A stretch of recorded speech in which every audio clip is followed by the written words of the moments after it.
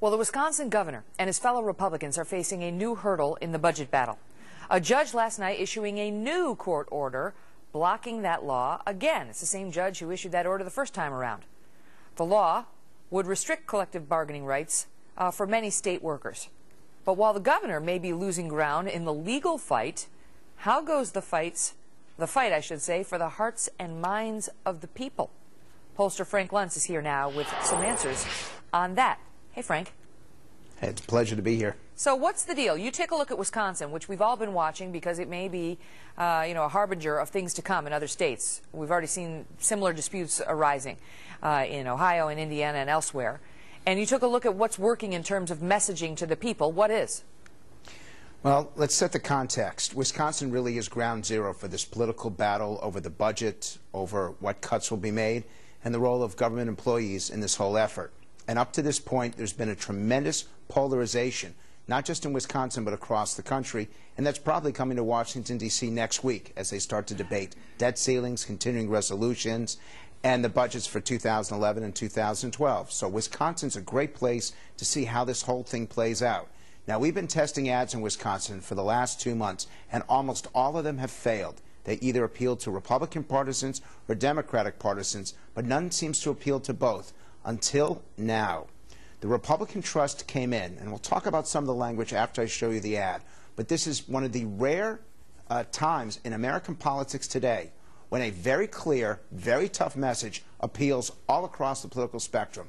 Well, let's take a look at just how well this ad does. Our economy is suffering. Most of us are doing with less, and some are doing without.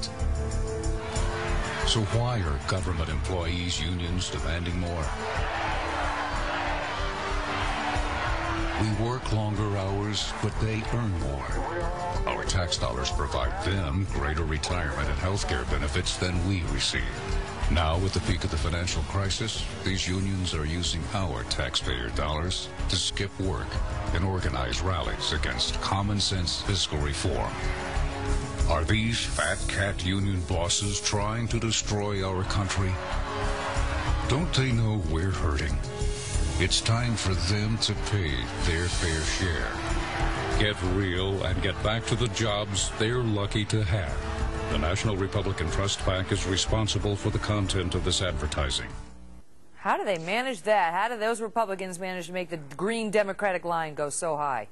Oh, there are three reasons. Number one is they talked about the economy, so they set the proper context. Number two, they show the actual visuals, not stuff that's made up in a studio, but the visuals of the protests.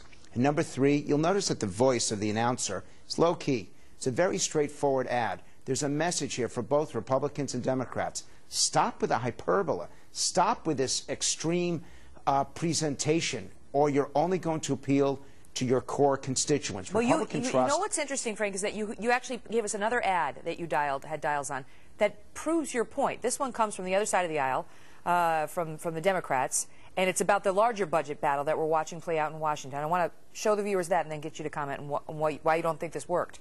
Sure.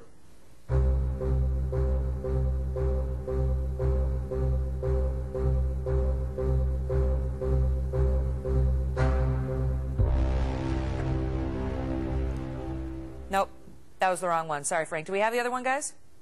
Stand by.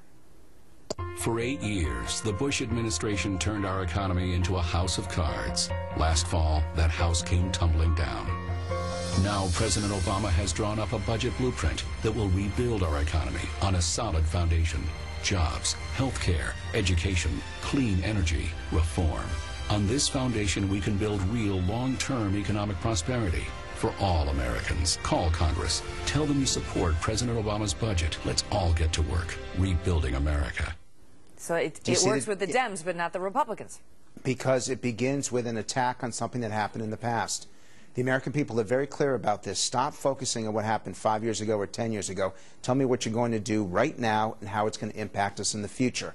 And it also makes a very overt partisan appeal.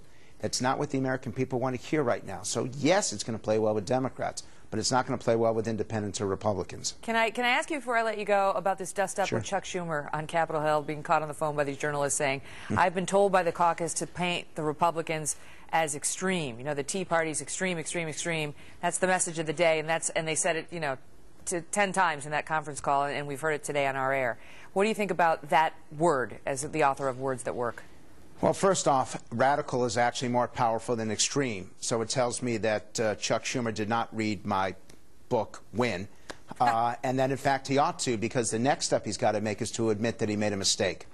If the American people, if they keep hearing what he said, that it's all deliberate, then they will challenge his intent, they will challenge his credibility, and this could be a very major issue for Senator Schumer going forward. Acknowledge you made a mistake, and the public will forgive you.